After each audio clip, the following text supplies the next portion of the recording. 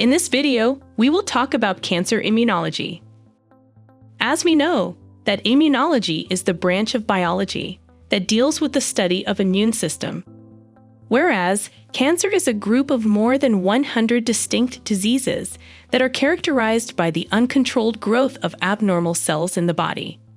So here, in Cancer Immunology, we will learn about the relation of cancer with the immune system.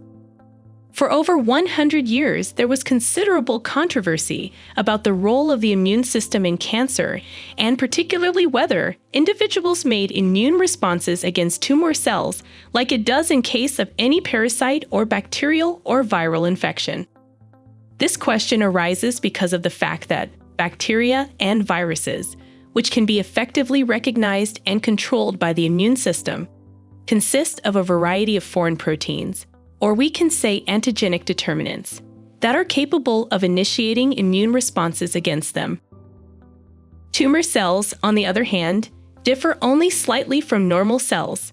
Sometimes, truncated or mutated proteins are present, but otherwise the cells use normal biochemical pathways. Even if some proteins are expressed as levels higher than normal, or if fetal antigens are expressed, these are in most cases normal cellular proteins, and so they can't be recognized as danger by immune system. Also, in many cases, if mutated proteins are present, only few peptides can be potentially recognized as foreign by immune system. So it has always been a major limitation. But it has long been suspected that the immune system may be able to recognize tumors and destroy them, as it does in an allogeneic transplant or a parasite. This monitoring process of immune system, by which cells of the immune system detect and destroy neoplastically transformed cells or simply tumor cells in the body, is called immune surveillance.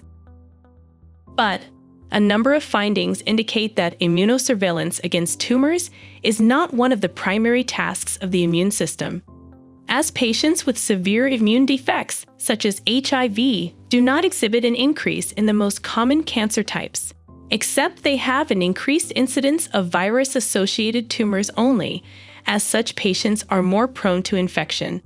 But it's not specifically for tumors. But some recent findings of experimental animal studies do justify hope that manipulation of the immune system can result in effective immunotherapy strategies. So, later in this video, we will learn about these strategies of immunotherapy.